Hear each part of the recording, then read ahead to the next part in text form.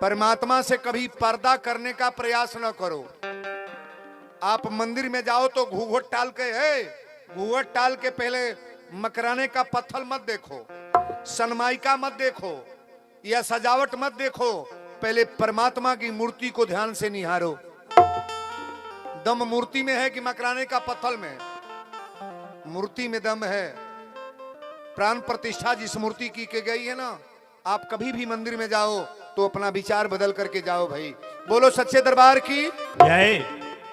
जनकपुर घूम के अले, विश्वामित्र बाबा कहले कि राम पुष्प वाटिका से जाके तनी फूल तूर के ले आवे लोगन। राजा जनक का बागीचा है। रामचरितमानस में 2 वाटिका लिखा गया है। एक पुष्प वाटिका, पुष्प वाटिका कहाँ है? कहाँ है? अयोध्या। पुष्प वाटिका कहाँ है? जनकपुर में। अशोक वाटिका, अशोक वाटिका ये लंका में है, जहां सीता मैया को रावण बैठाया था। और पुष्प वाटिका की फूल हमारे माता किशोरी जी लेती हैं।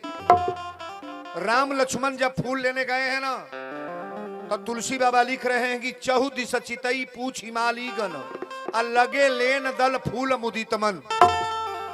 मालियों से राम जी पूछे कि थोड़ा फूल लेना है, फूल ले सकते हैं? मालियों ने कहा सरकार ये जनना बगीचा है, किशोरी मैया फूल तोड़ती हैं सखियों के साथ। अगर फूल लेना है तो एक बार बोलो जनक नंदनी की जय। लक्ष्मण जी कहले तुम्हारे वहां के देवता का नाम नहीं बोलेंगे। मालियों ने कहा बोलो ना किशोरी मैया की, और जब तक जय नहीं बोलोगे फूल तोड़ने नहीं देंगे। राम जी कहले बोल ना दा, बोल दा। राम जी तो बुझते बड़े संबंध बने जाता। अच्छा जहां संबंध बनावे के बाद रिसियाई जाई। हम मोबाइलवा के बतिया कहली हाँ, ऊपर टेढ़ो सोज हो जाता और वह टेढ़का खतरा कह देता। इससे कहनी ढेर मोबाइल पर सोटो मत, जितना ही दूरी बनाकर रहोगे। अच्छा बताइए, जितना ही नजदीक संबंध होगा खतरा है कि नहीं? जेकरा जेकरा नहीं बुझाता पटीदार से ढेर लगाव लगा लो, लगा लो। देखा कहियो पीटा पीटी हो जाता कि ना हो जाता। लगाओ ज्यादा मत लगाओ, काम भर का लगाओ लगाओ भाई। हे पटीदार रिसिया जाई तई जान ली है कहियो न कहियो छूटा छूटी होई। रिश्तेदार रिसिया जाई तो छूटे छूटी होई। संबंध बनी नहीं, टूटने का प्रयास न करो। आप ज्यादा लगाओ जिनसे रहेगा, छूटने के बाद दर्द होगा कि नहीं होगा? लगाओ आप कम करो। आप प्रयास ऐसा रहे कि लगाओ हिसाब में रहे। बोलो सच्चे दरबार की जय। लक्ष्मण जी से राम जी ने कहा कि जय बोल दो। मालियों ने कहा एक बार सब लोग बोलेंगे बोलो किशोरी मैया की जय। मिथिला धाम की जय। जनक नंदनी की जय। अभी लोग फूल तूर तड़े, बड़का बड़का फूल तूर के राम जी गमछा में धर तड़े, और छोटका फूले पर हाथे ना। छोटका फूल कहे सरकार ये बड़ा बड़ा फूल तुरत नहीं, हमनी के काहे ना छुआ नहीं? राम जी कहले बड़ा बड़ा फूल ऐसे तुड़ रहे ना पहले कि गठई में का माला बनी है। माला है, बड़का बड़का फूल माला बनी, आ छोटका फूल बाल में तुरब कपारे के मुकुट में गोछल जाई। भगवान छोटकन के जगह ऊपर देले के नीचे ना बोलोगे? कपार ऊपर बाकी गोठई, भगवान कहले मुकुट में खोसल जाई। छोटे लोगों को परमात्मा तो ऊपर उठाते हैं जी। छोटा बने सो हरि पाए, छोटी चींटी खाए मिठाई, हाथी धूर उड़ाए, छोटी चिड़िया उड़े गगन में, सबका मन भरमाए, छोटा बने सो सुख पाए। छोटा बनने में आनंद है कि नहीं? अच्छा बाप बनने में मजा है कि बेटा? बोला ना। डुमरी का लड़का का बनता है सो बेटा, बेटा हो। एक भी बच्चे पुत्र नहीं बनना चाहते हैं। हम निवेदन करेंगे आप बेटा बनने का प्रयास करो, पुत्र बनने का प्रयास करो, पिता बनने का प्रयास न करो। पिता तो तुम्हारे है ये है। दादागिरी 1 घंटा चलती है? अच्छा, जिन जिन लोगों ने दादा बना मार दिए गए कि नहीं हो? हिटलर बनने का प्रयास न करो आप। भगवान बनाकर भेजे हैं, बढ़िया सुंदर रूप मिला है, सुंदर शरीर मिला है, तो हिटलर काहे बनोगे? सीता मैया से पहला मिलन होने जा रहा है। राम जी फूल तुरत अड़े और वही टाइम में सीता के माई अपनी बेटी के पूजा करे भेजे तड़ी। तेही अवसर सीता आई, तेही अवसर सीता आई, तेही अवसर सीता आई, गिरिजा पूजन जननी पठाई। राम सिया राम, जय जय राम राम राम, सिया राम, जय जय राम। संघ सखी सब सुभग सयानी, संघ सखी सब सुभग सयानी, संघ सखी सब सुभग सयानी, गावही गीत मनोहर बानी। सिया राम, जय जय राम राम राम, सिया राम, जय जय राम। मानस की बालकांड की चौपाई आप पढ़ रहे हो। तेही अवसर सीता तह आई, कब? राम जी फूल तुरत अड़े तब्बे।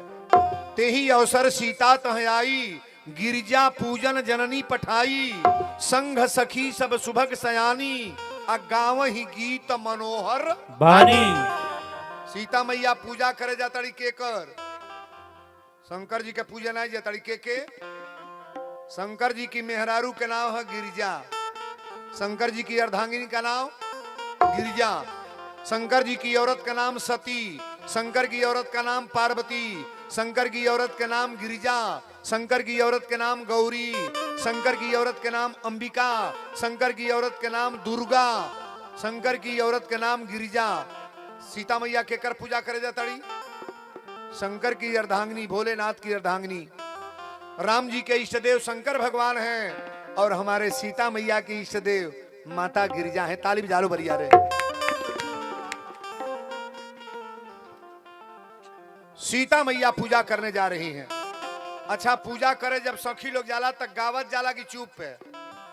सीता के सखी लोग गावत जातड़ी। बाबा लिखले बनी कि तेही अवसर सीता तह आई, आ गिरिजा पूजन जननी पठाई, संघ सखी सब सुभग सयानी, आ गावही गीत मनोहर वाणी। गावत जाता लो। पहले बुढ़िया माई एगो नाकटा गावत रही, सो नाकटा तन कड़े रे गाली है लोगन। हरे गुरु के चाराना मिलेला बड़े भागी से, गुरु के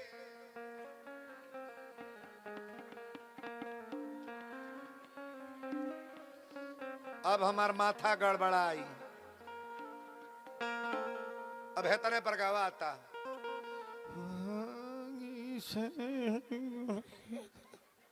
बुझाता मरीज निकालल जाता है पंडाल में से। चाप का बोलो खड़े रे। भागी से गुरु के चरण मिलेला बड़े,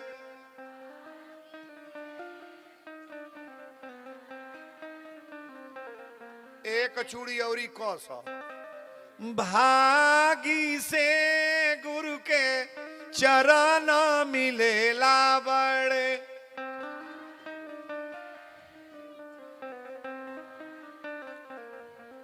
ई तजे होशियार बा, पढ़ल लिखल समझदार बा, उ गावता। यही में बकलोली बुरबकवा हुई है, सो तौन होई गावेली सो। सासू जी के मारली सासुर के गरियावली सखी, यो शुरू कर दलु लोगन ना हो त बाबू गजब के न चुपैलू को तो बानी है बुरबकवा गावेली सो। सासू जी के मरली, ससुर के गरियवली, अब भसुरु के दाग देहली, आगी से गुरु के चरण मिलल बड़े भागी हो।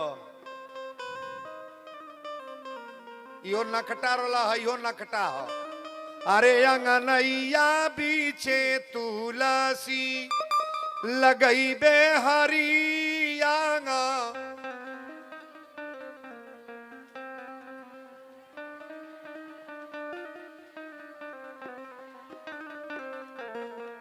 तनी एक बेरे औरी खो खिला लोगों, थोड़ा कड़ेर करो आवाज।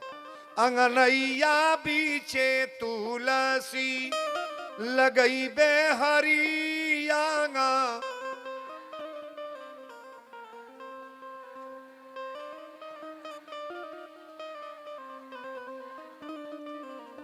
अरे सासू के कौशल्या, ये ससुर के राजा दशरथ,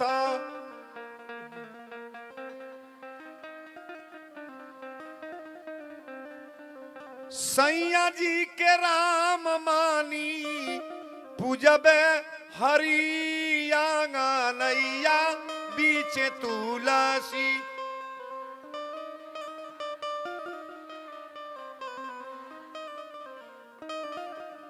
अरे बुझ तो हम लोग का गटाई खोल देव हम 7 दिन में।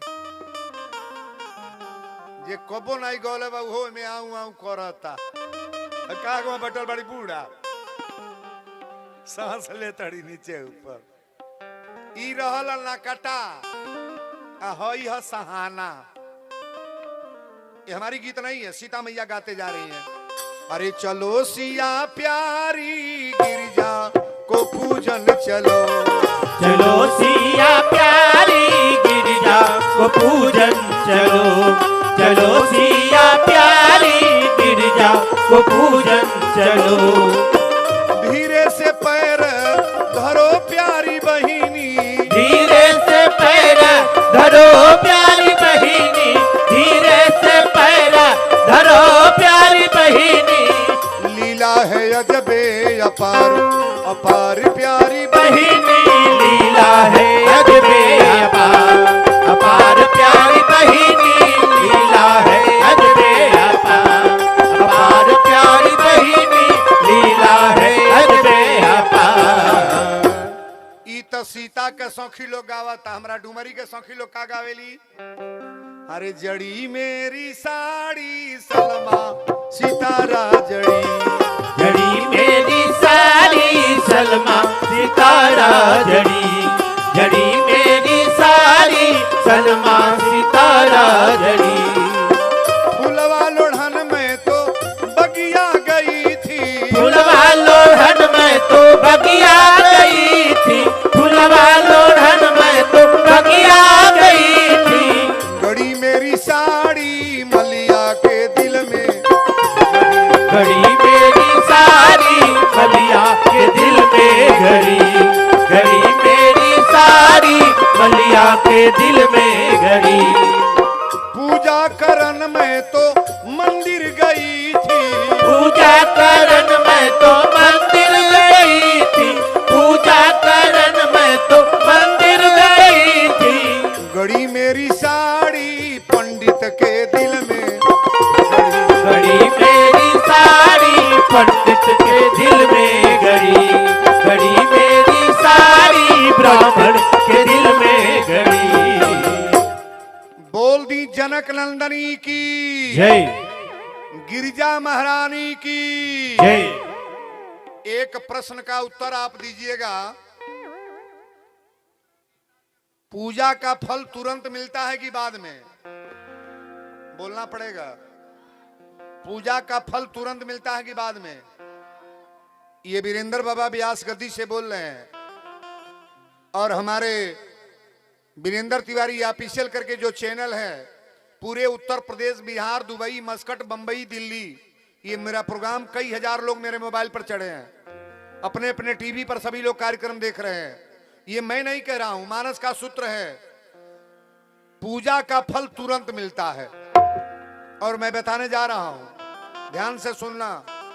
आप बताओ, पत्थर की मूर्ति बोलती है कि नहीं? नहीं बोलोगे? पत्थर की मूर्ति बोलती है, अभी दिखा रहे हैं आपको, और वरदान तुरंत मिलता है महाराज। पूजा करने वाली बहनें गौर करेंगी। 2-4 गो चीज आज हम बताएंगे। जिनके पास मोबाइल है, मोबाइल में रिकॉर्ड कर लेना। क्यों? जिनकी शादी नहीं हुई है, ये लड़कियां अगर इसका पाठ करेंगी, रामचरितमानस का ही छंद पढ़ेंगी, तो उनके शादी में कभी भी कोई धोखा नहीं होगा। भगवान जैसे राम मिले हैं सीता को, तुम्हारे भी हस्बैंड ऐसे ही प्राप्त होंगे। जो बेटियां जिनकी मांग में सिंदूर नहीं पड़ा है, पढ़ने वाली छात्राएं अपने मोबाइल में जरूर इस कथा को टैच करेंगी। तुरंत तुरंत अभी बताएंगे कहां से। सीता मैया गिरजा माई का मंदिर पर गईली। सर महीप गिरिजागरी सोहा, अब बरनी न जाई देख मन मोहा। पूजा कीन है अधिक अनुरागा, अनिजे अनुरूप सुभग बर मांगा। जय जय जय गिरिराज किशोरी, जय महेश मुख चंद चकोरी। चकोरी। सीता मैया पूजा कर तड़ी। आई नहीं के सथवा एगो बावली गए टप दे फुलवारी में चल गए अंता को। अब फुलवारी में जब गए तो राम लक्ष्मण के देखलस। एक सखी, मानस की चौपाई में बोल रहा हूं, एक सखी सिय संग बिहाई, आ गई रही देखन फूल भाई। फुलवारी में पहुंचल बा, और जब राम लक्ष्मण के देखलस फूल तुरल, त कहलस ई पत्थर के मूर्ति ह, आगी फोटो ह। बाप रे बापी, अगर सीता जी से बियाह हो जाए तो हमनी के तकदीरें बदल जाई। शादी के कामना करे लगल बावली, आ दौड़ल बावजू से दौड़ के गा के कहल सीता, ए सीता। सीता कहली निराले पागले भल बड़े का एकदम सीता सीता कहले बड़े। बावली कलश माई माई का मंदिर कहीं जाई ना, गिरजा माई का मंदिर यही जो रही। फुलवारी में आयल बा सब, अबे चल जाई सब तो भेंट ना हुई, भेंट ना हुई, चली जल्दी। सीता जी कहली का देखले ह? तब बावली कलश हमरा तो यह बुझाता जेकरे खातिर पूजवा कैली ह, पूजा कीन है अधिक अनुरागा, निजे अनुरूप सुभग बर मांगा। जौने दुल्हा के मंगली है वह दुल्हा आयल बड़े। तनी गीत हमरा और ताको। बावली अखिया में आंसू लेके रो के कहलस, अरे फुलवर में आइल बाड़े दुई गो मूर्तिया, अमतिया मारी दिहले ना।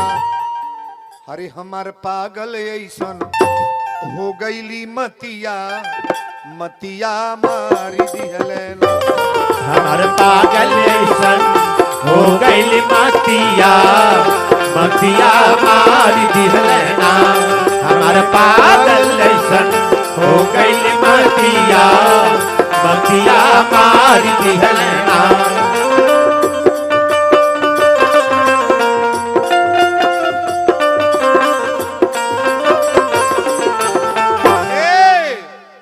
एक बाड़े सांवर एक गोरी रे बदनिया,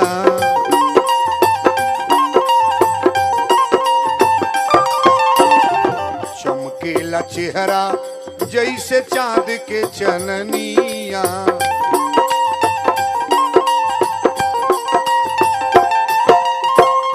कहले वीरेंद्र बाबा भारी बा विपतिया, अरे मतिया मारी दिहले। सीता जी कहली कहाँ बा सब चलबे लेके, कैसन बा सब? तो बावली कहले बा कि देखन बाग कुंवर दो आए। को जनी आयल बोलो? दू जनी। मानस की चौपाई है, देखन बाग कुंवर दो आए, अब किशोर सब भांति सुहाए। एक जनी सांवर बने, जनी गोरहर। तो गोरहर को तो टेढ़ तकले ह, लेकिन सांवर को हमरे करेजा में धंस गल बाड़ा। सीता जी कहली कहाँ बालो? लेके गई बावली। जब सीता मैया गईली तब फूल के ओट में राम जी फूल तुरत रहे। बावली कलश महारानी निहुर के ताकि उए बाणी। देख कर राम जी को जनक नंदनी, बाग में बस खड़ी की खड़ी रह गई। राम देखे सिया को, सिया राम को, चारों अखिया लड़ी की लड़ी रह गई। अरे बहारों फूल बरसाओ मेरा महबूब आया है। छोड़ा ये गीत तब पुराना होगा। वो गाना के बजा द हुई आंख नम। पिक्चर का नाम है साथी। हुई आंख नम और ये दिल मुस्कुराया। हुई आंख नम और ये दिल मुस्कुराया तो साथी कोई भूला याद आया साथी कोई भूला याद आया। आया साथी कोई भूला याद आया। हुई आंख नम और ये दिल मुस्कुराया। हुई आंख नम और ये दिल मुस्कुराया।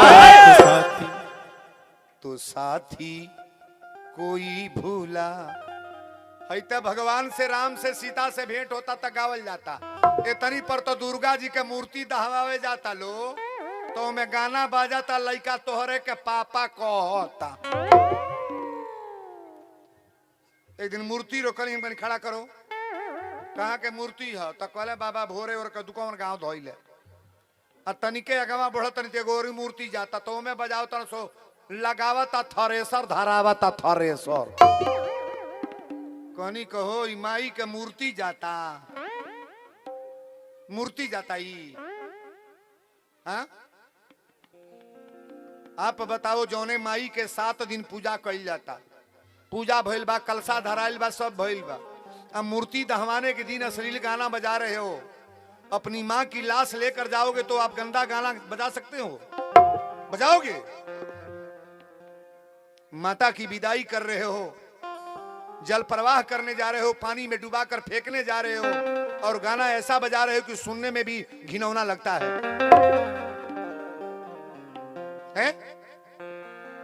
यहाँ जितने नौजवान बैठे हैं निवेदन करेंगे गाना बजाओ, मना नहीं करेंगे, लेकिन धार्मिक गाना बढ़िया बजाओ ना। अच्छा गीत बजा करके नाचो, मैं मना नहीं करूंगा, लेकिन अश्लील गीत प्रयोग करके और देवी देवता के दरबार में बजाने का कभी प्रयास न करो। ताली बजाओ बढ़िया रे। तो हम लोग गीतिया निक लागे ना तो हम लोग कम ना बाड़ू हौ चिपरिया पाथा तड़ी सो कौन त्योहारवा हो? कौन महीना में पथाली सो देवाला ऊपर लगावले सो गोबरा नहीं था पहले सो। जब दोहे जाता तो डीजे तय को देता सो। खाली लइकने के दोस्त बा हे लोग कहता नहीं हे लोग जहिया पीड़िया दोहे जाता। अरे बाप हो बाप, उतना बाउर गाना तो लड़का नहीं बजा उतना जितना लड़कियां बजा रही हैं। मैं अपने कान से अपने गांव की बात मैं बोल रहा हूं। ऐसा ऐसा घिनौना गाना बजा के अब सारी लड़कियां जितनी लड़कियां हैं बाप हो बाप, अब का कहीं हे दुर्गा माई ये लोग का कैसे कल्याण हो रे दादा।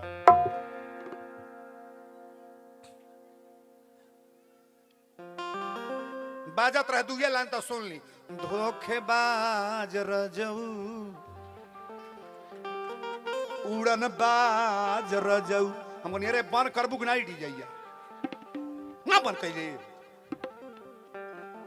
ये मजाक हो रहा है। आप बताओ ये शूट कर रहा है?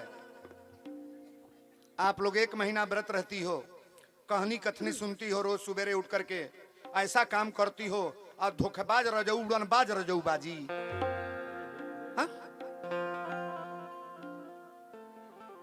वीरेंद्र बाबा जाने के तो सब जाने ले, लेकिन समाज में क्या बोलना है बहनों से निवेदन करेंगे। सब मेरी बेटियां बैठी हैं, हमारी छोटी लड़की अगर है तो मेरी बेटी है, और नौजवान कोई लड़की अगर बैठी है तो मेरी बहन है, और माँ तो माँ है। मैं अपने बना करके मैं बोल रहा हूं, अश्लील गाना बजा करके कहीं रोड चौराहे पर मत नाचना शुरू करो। आप तुम्हारे पिता कहीं देख लें, चाचा देख लें, तुम्हारा नौजवान भाई देख ले कि मेरी बहन नाच रही है, तुम्हें क्या कहेगा वो? पर्दा में कोई काम करो ना। आई बुढ़ियन के उम्र बीत गल, पूछबू ये तरना चल रही से तरना चताड़ू लोग हाँ?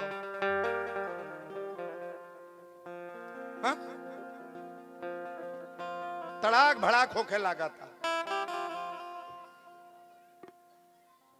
मना नहीं कर रहा हूं, आप नाचो, लेकिन अश्लील गीत बचा करके कहीं कतई मत नाचो आप, ये प्रभाव गलत पड़ रहा है। अगर कोई नौजवान लड़की नाच रही तो उसकी छोटी बहन भी साथ में है, गुड़िया बड़ी कुल छोटे छोटे बेटी, तुम्हारा नकल वो करेगी कि नहीं करेगी? नहीं करेगी, नहीं करेगी, तुम्हारा ही नकल वो लड़की करेगी। और बहनों से निवेदन करेंगे, जो गार्जियन लोग हैं, अपनी बेटियों को थोड़ा डांट करके रखो कि अश्लील गीत बजा करके कहीं नाचने का प्रयोग न करो आप। अरे गिरिजा पूजन चली,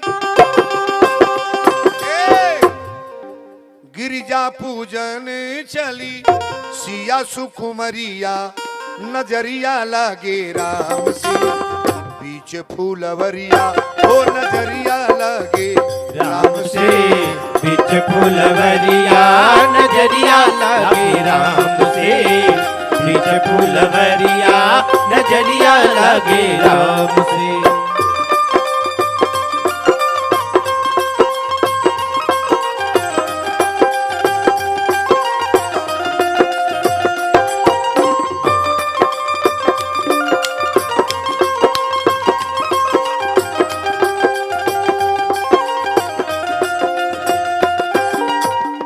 चनवा के ताकेला जैसे चकोर हो, ओइसे निरखे सीता राम जी की ओर हो।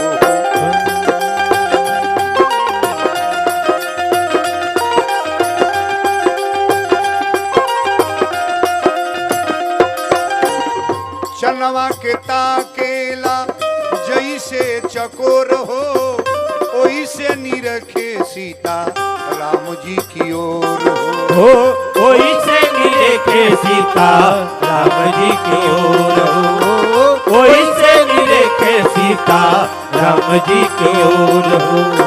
निरखेला चंदा जैसे, निरखेला चंदा जैसे, चांद के चकोरिया, नजरिया लगे राम से। बोलो गिरजा महारानी की जय। सीता की सखियां लेकर के फिर मंदिर पर आई।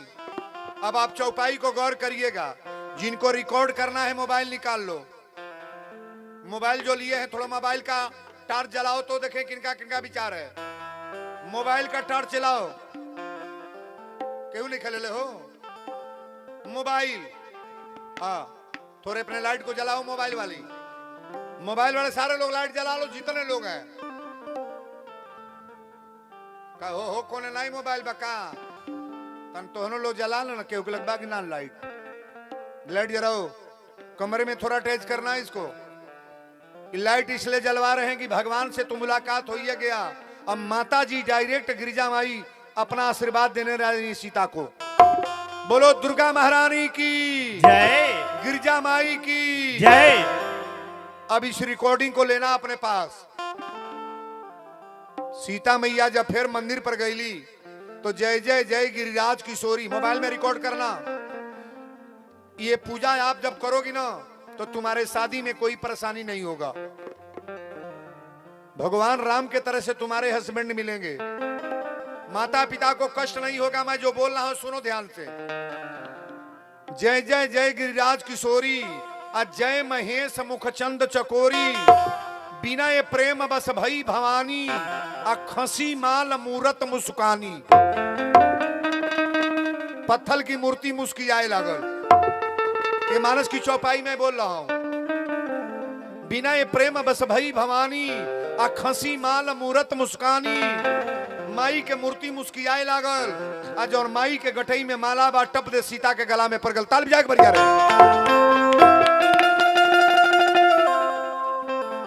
ये मूर्ति की आवाज आ रही है कि सुनु सिया सत्य आशीष हमारी, सुनु सिया सत्य आशीष हमारी, सुनु सिया सत्य आशीष हमारी सुनु सी सत्य आशीष हमारी सुन सी सत्य आशीष हमारी पूजहु मनो कामना तुम्हारी पूजहु मनो कामना तुम्हारी पूजहु मनो कामना तुम्हारी पूजहु मनो।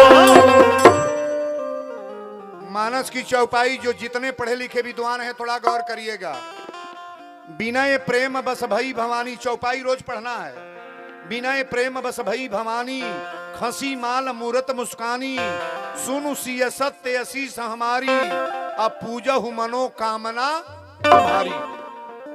जिस कामना के साथ आई हो ना तुम्हारे हस्बैंड से मुलाकात हो गई और मैं एक वरदान देने जा रही हूं। क्या? इस छंद को नोट करना, मोबाइल में कैच करो आप।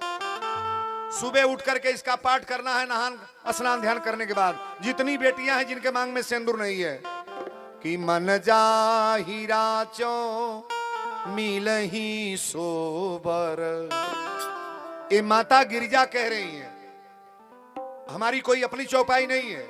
और तुलसी बाबा रामायण में बड़ा सुंदर तरीका से इन्होंने इस छंद को लगाया है कि मन जाहि राचो मिलहि सोबर सहज सुंदर सांवरो करुणा निधान सुजान शील स्नेह जानत रावरो एहि भांति गौरी असीस सिय सुनि सहित इहिया हर्षित अली तुलसी भवानी पूजी पुनि पुनि मुदित मन मंदिर चली।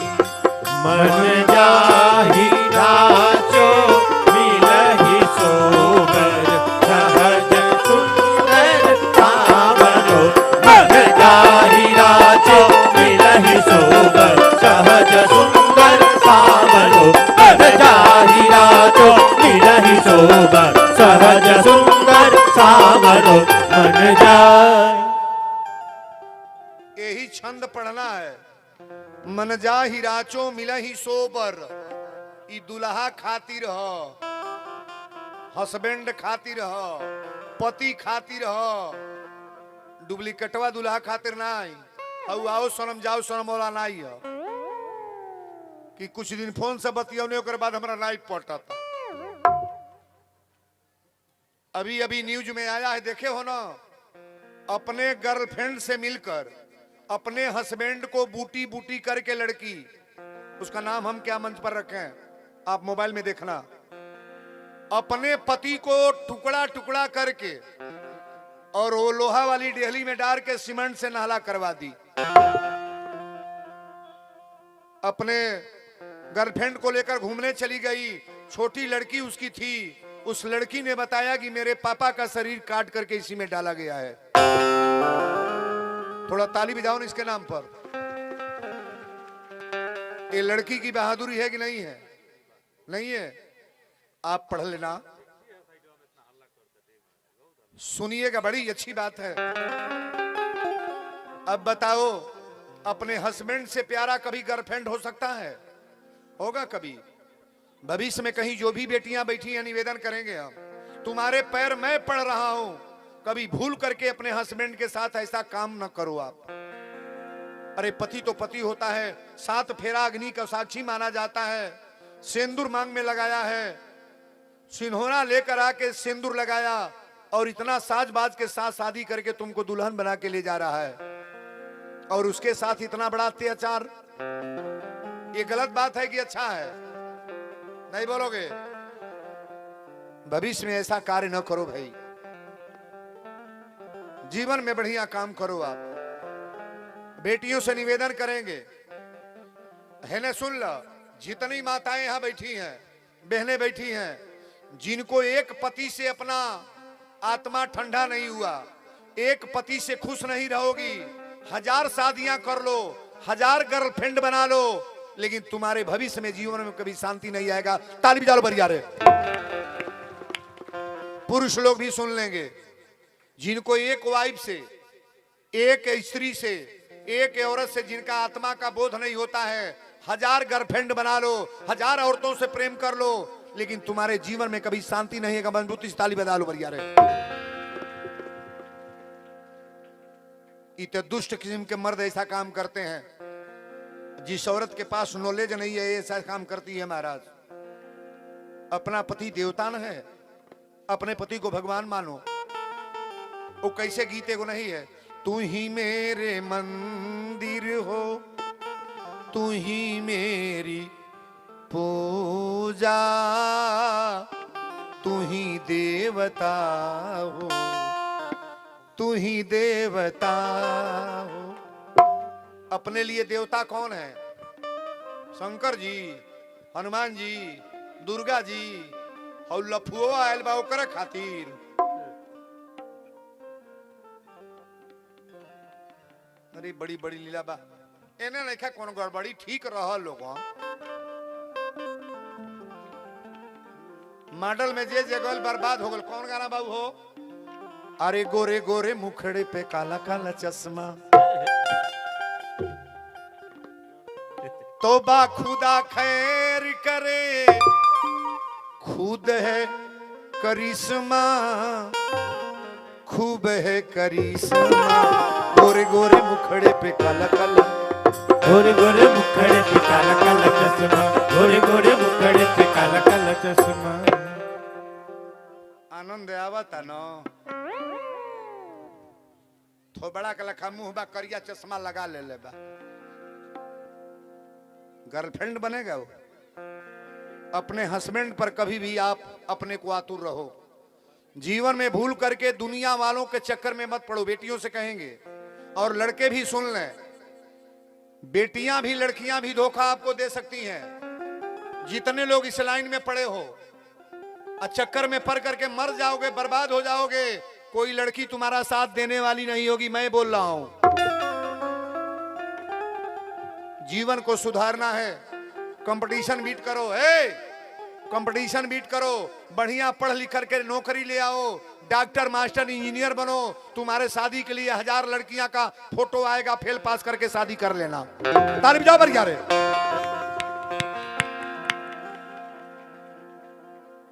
एक कलयुग में सबसे बड़हन बीमारी है बा। हमारे लगवा 10 गो पहले फोन ही है आवेला के बाबा हमार मर्द हमके मानत नाई बा, एकर कौन दवाई बा? आधा लोग तो हमसे ही फोन करके कहले बाबा हमार मर्द बड़ी दारू पियता, कौन उपाय बताई न। अब हम दारू का कौन उपाय बताएं? क्या बताएंगे हम? कोई दवा भी इलाज मेरे पास नहीं है। दारू पीने वाले बंधुओं से भी निवेदन करेंगे, बहुत मर्द हैं जो दारू पीते हैं, कोई मालूम नहीं करता है कि दारू पीता है। ये शाम को पी करके अपनी औरत के पास परिवार में धीरे से सो जाओ, तुम्हारी इज्जत बरकरार बनी रहेगी। और दारू पी करके पूरे समाज में उछालने का प्रयोग न करो कि दुनिया वाले कह दें कि फला का लड़का पियक्कड़ है। ताली बजाओ मरिया रे। हमार कथवा नीक लागत कि ना लगता? हम अपने वाला बोलता नहीं। आज कथा केकरा केकरा अच्छा लगा तो तने हाथ उठाइएगा। ताली बजा लो बरिया रे।